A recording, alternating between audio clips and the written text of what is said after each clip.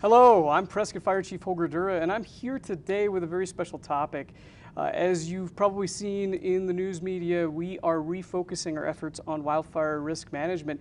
And I have a very special guest today, Conrad Jackson, who has been hired as our new wildfire risk manager. Welcome, Conrad. Thanks, Chief. Appreciate it. Yeah. What folks have gotten used to from Prescott Fire in the past is we had a forestry crew that did, for instance, a lot of good community service, such as the chipping program. On Fridays, they would come out and you could put your stuff on the curb. Well, that's still happening. However, we have shifted the oversight, direct oversight of that crew from the fire department over to the recreation services department.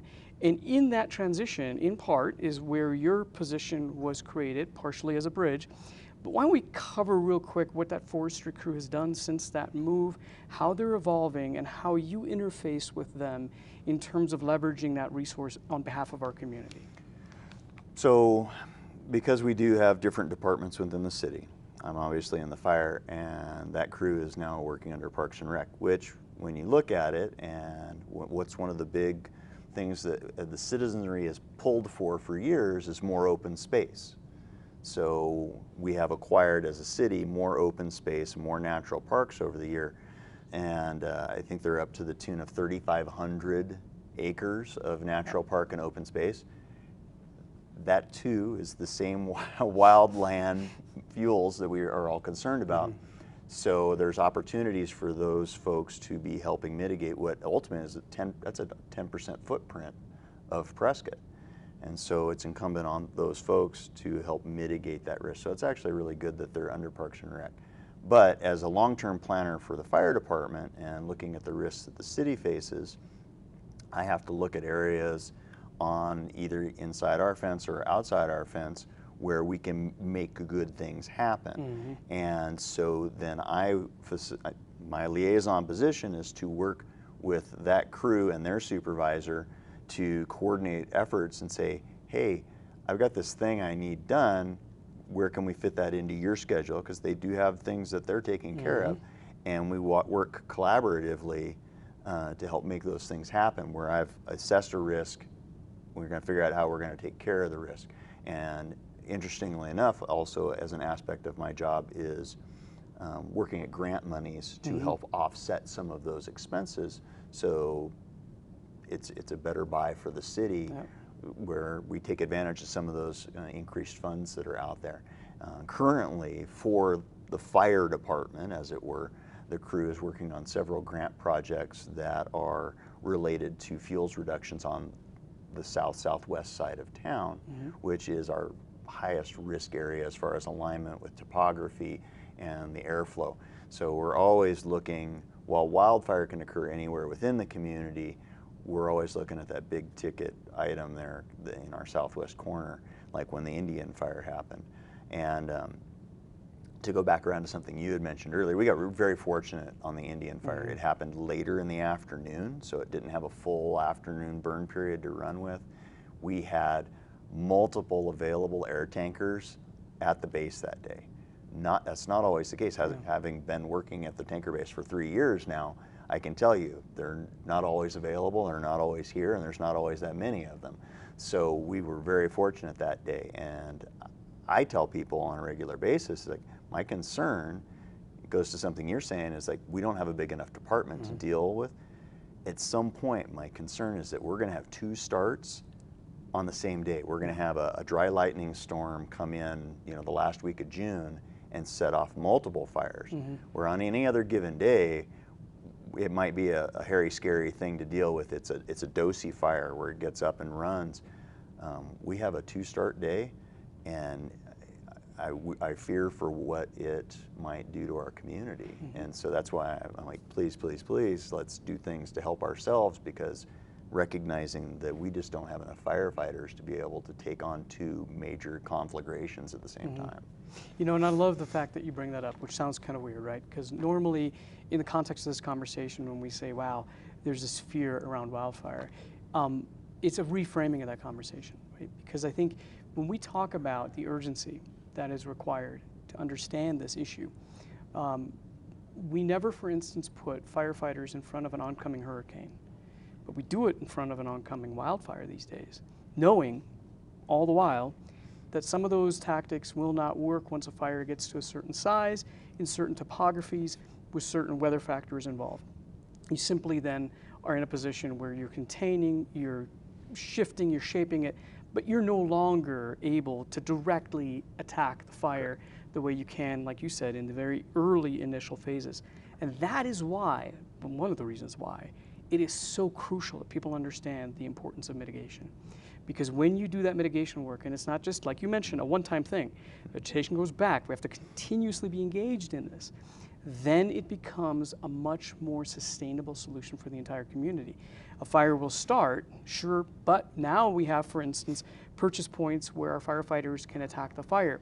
If we can't attack the fire, there's natural fuel breaks, like you said, that take the energy release component out of those fuels so that it slows it down and we can engage and have time to build a larger fire suppression force, because we do have the capacity to stand up a much larger suppression force, but it does take time.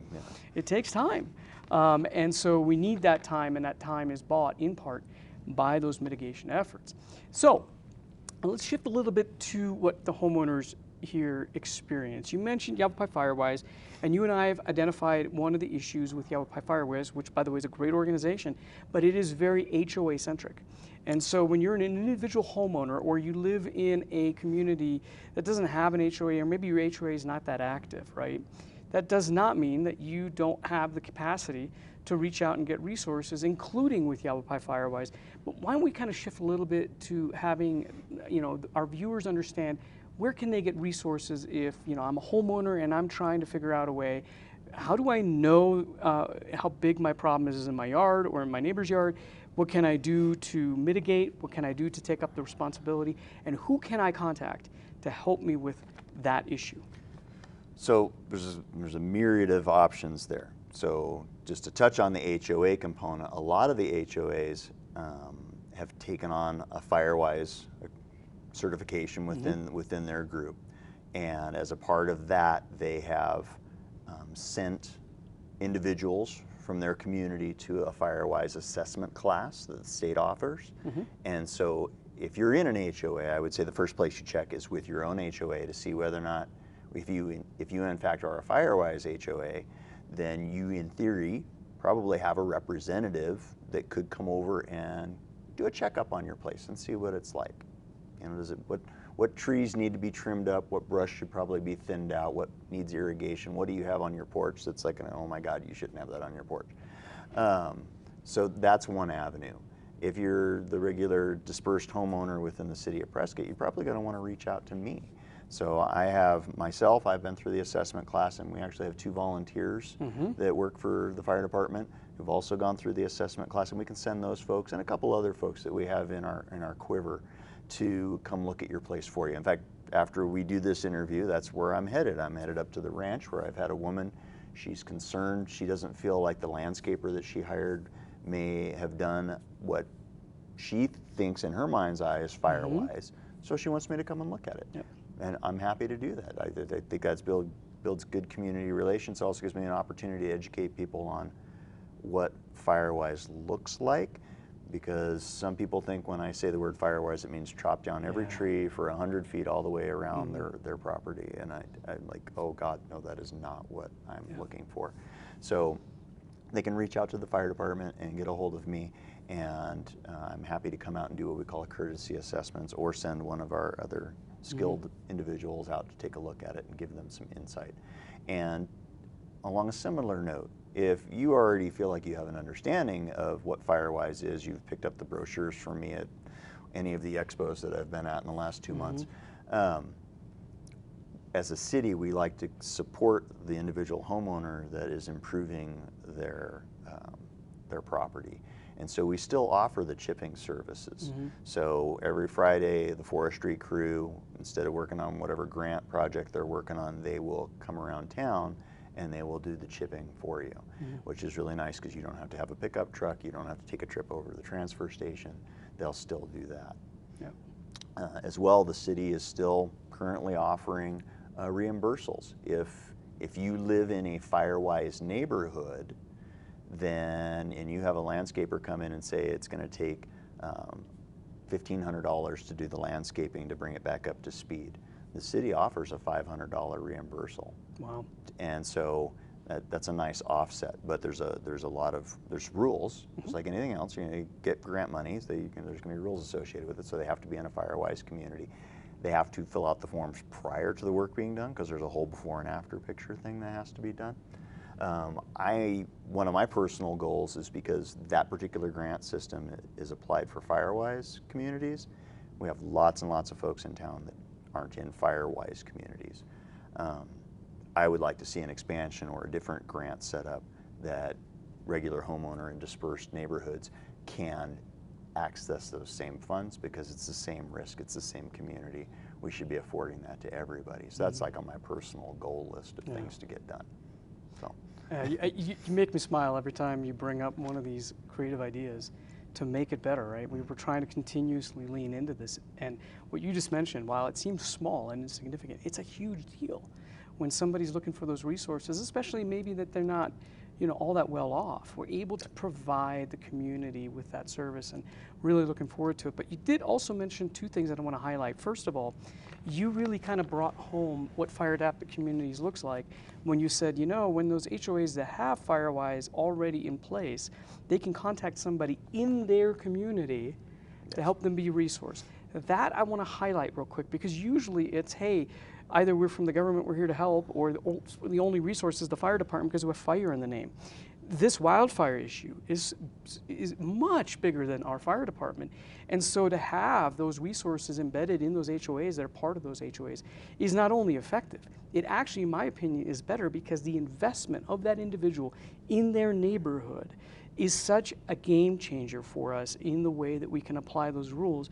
Personally, I live in Stone Ridge, and just this last week we had our fall FireWise meeting. And I am not the lead, I'm just a resident in that community, partially because it's not directly in our jurisdiction, but also because there is a committee that is invested, that is doing great things, and that's just a highlight of the fire adapted community model. Now, the other piece that I do want to kind of call out, because we have started to see homeowners lose homeowners insurance rates, or have their rates go through the roof, sky high, and that is not just something that's Prescott specific. As a matter of fact, it started in California a couple of years ago, and it is really now throughout the West. And one of the things you've already mentioned is, when you look what happens between now and 20 years ago, that residential development in areas of the wildland interface across the West has increased significantly, which means for those insurance companies, of course, that risk assessment, that risk picture has changed. However, the reason why I bring that up in terms of how our viewers thinking about this, because they might right now be sitting at their kitchen table having gotten one of those letters of, gee, what do we do? Well, you and I have started to do our research on this and noticed it's a multifaceted problem. It is not just, well, if you pull this lever, then this problem goes away, which I'm really wanting people to understand that, because it's not only something that they need to understand to solve the problem with us, but it's also a good example of why fire adapted communities is such an important thing, because all the factors that we talk about in fire adapted communities can influence that one particular issue around homeowners insurance and insurance cancellations. Things like our community wildfire protection planning, which we currently do in concert with the county. Things like what your neighbor's property looks like, where you are in the community, the water supply. There's so many factors. The recency of the data getting imported into the proper database, not just a database. So talk a little bit as we conclude today what we're thinking about as we kind of go down this road of helping the community unpack this residential insurance issue. So for me, that had been like a discussion point, like, oh, it's happening somewhere else, or people are getting their homeowners insurance canceled. And then 2 weeks ago, I had 2 phone calls, people going, oh my God, my insurance got canceled, what do I do, what do I do? And it just happened to be that same week I was talking to my insurance guy, and I asked him, after we got done with the other stuff, I'm like, hey, can you give me some insight to what's going on? And he said, absolutely. He said from his perspective in the industry, what he had seen happen was Flagstaff had their fire, and those insurance companies that lost homes in there started looking like, oh, this isn't a California thing, this is also an Arizona thing, Mm-hmm. who has similar makeup?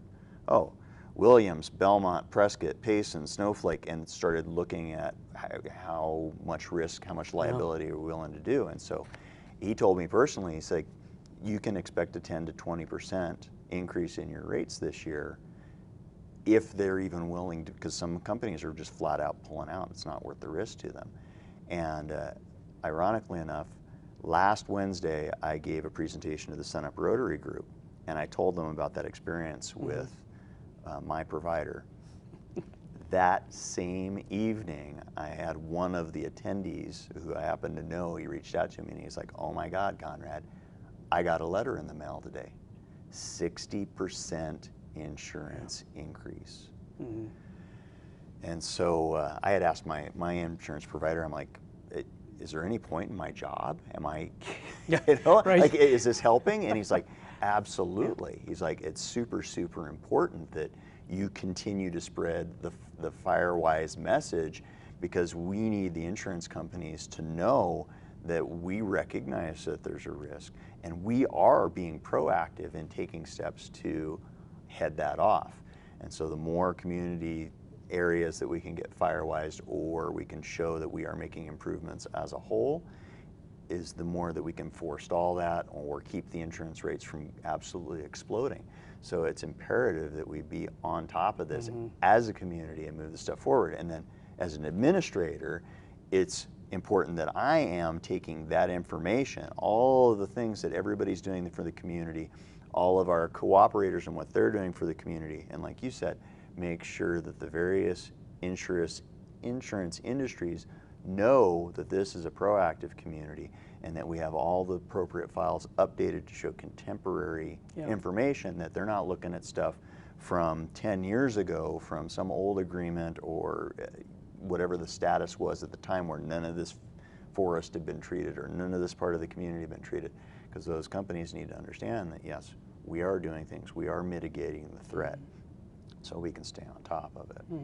You know, I'm glad we kind of brought this issue out, because, you know, it was a little bit, like you said, not well defined in the last couple of years. We sort of heard about things, and just in the recent, you know, year, we've started to see exactly what you said. So really, you know, the issue, to kind of summarize here, yes, it is an issue. There is no quick fix. We need everybody in the community to help us out with this. Like, I can't just look at you and say, hey, Conrad, can you make all the homeowners insurance rates reset? No, that's not how this works, right? It's also not a question of, you know, for instance, right now this fire department's talking about building Station 76 and Station 77 to respond to community growth. That's just one component of this overall picture. Like, if we build 2 fire stations, yes, it will make a difference, but it's not gonna by itself solve a global community-wide problem. So really, people need to understand just how complex this is, but also that this city and this fire department is wanting to be on the leading edge of this conversation nationwide. We're leaning into other states. We're starting to reach out to the insurance industry proactively, because we need to be leaders based on exactly this risk. But again, the take-home message for the community beyond what we've just covered also is, if there is a community that can be successful in this, it's this community. All we have to do is really lean into that, leverage it, understand the risk, and get to work collectively. So as we close out the video, I just want to kind of give you another chance here. If there's anything else you feel we didn't cover that you want our viewers to understand, anything as we close out this video. One of the aspects of my job is, well, I should say, the aspects of my job from my perspective are planning, funding things, but public education is a huge component, because we need to get the message out. And so I want to make sure that folks out there know that I am happy to come talk to your philanthropic group, your church group, your HOA, your neighborhood. That's my opportunity to disseminate things we can be doing better and how to improve our community. So I want to make sure that everybody can reach out to me. So if you call me at the fire department, my number is 928-777-1700. That's the fire department's number, and then specifically my extension is 7065. My email account is conrad.jackson@prescott-az.gov. I am happy and thrilled to come out and do public speaking to spread the word, because it benefits us all when I go and do that. So please, please, I want folks to reach out and have me come and meet with them, either as an individual or as an organization. I don't care either way. That's fantastic. Well, Conrad, I really want to thank you for this very comprehensive look into this new position, but also into a long-standing problem in the community. Again, I just want to reiterate just how, I can't even describe what the right word is, that I'm so pleased that you have come back into the fold of the Prescott Fire family actively to put your passion into this, because you can tell even just with this conversation how invested you are in this community, how invested you are into helping us solve this problem. And that is something that I really want our viewers to understand. And you are one example of everybody on this fire department. It's a good department. Of how we were lucky. We're so lucky. And you are a great example of that. So thank you for investing time, effort, energy into this role. It's something that's going to make a huge difference in the community. Thanks, Chief. Appreciate that. But with that, we're going to sign off. I really do appreciate you taking the time to watch this. We've got you're approaching the holiday season, so make sure you review all those important holiday safety tips. But until we see you again, thank you very much and stay safe out there.